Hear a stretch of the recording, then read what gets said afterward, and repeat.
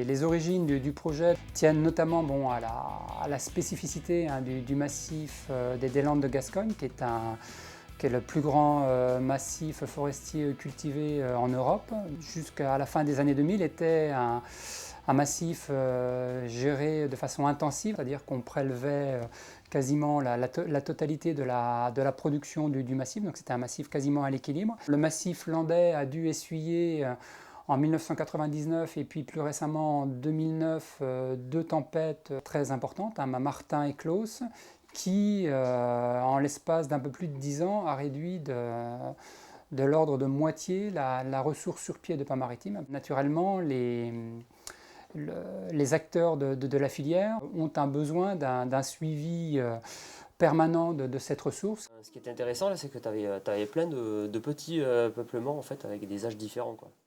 Un des aspects importants du projet, c'est effectivement d'introduire la troisième dimension, c'est-à-dire enfin, la donnée de hauteur des peuplements que l'on n'a pas actuellement dans les cartes. Ceci grâce à une méthode issue de la photogrammétrie numérique. Le principe, en fait, c'est de s'appuyer sur ce qu'on appelle la stéréoscopie, donc c'est la vision 3D, qui repose en fait sur le fait d'utiliser deux, voire plusieurs images de la même scène, et donc ainsi de reconstituer le relief. Alors ça peut être des prises de vue aériennes, ça peut être aussi des images satellites, et d'ailleurs dans le cas du projet Pinastereo, c'est ce que nous faisons, puisque nous utilisons les images du satellite Pléiade.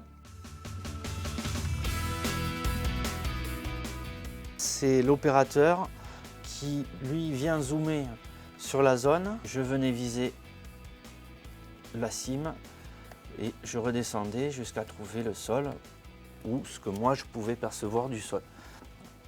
Et donc on essayait d'être pas trop loin non plus de l'arbre pour pas avoir des effets de relief.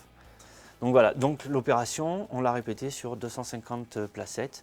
Donc à chaque fois je faisais 5-6 visées, je passais sur une autre placette que j'analysais de la même façon. Alors des limites existent. Bon, déjà il faut savoir si cette hauteur estimée par ces moyens de photogrammétrie numérique correspond effectivement à la réalité.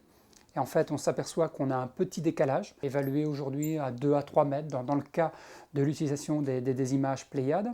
La méthode permet d'avoir une indication de hauteur, par contre elle ne permet pas de mesurer directement le volume de bois ou la biomasse. Notre seule base de repère, c'est le terrain qui nous permet vraiment de justifier ces mesures qui sont prises par le satellite.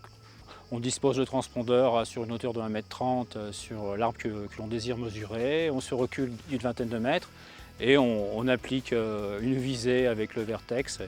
Et on n'a plus qu'à lire, je dirais, la donnée qui s'inscrit sur le vertex. La méthode actuelle de terrain, aujourd'hui, nous amène certes une certaine précision, mais je pense que demain, couplé avec une méthode dite par vue satellite, va nous permettre d'améliorer grandement ces données. Et les deux méthodes sont complémentaires et plus que nécessaires.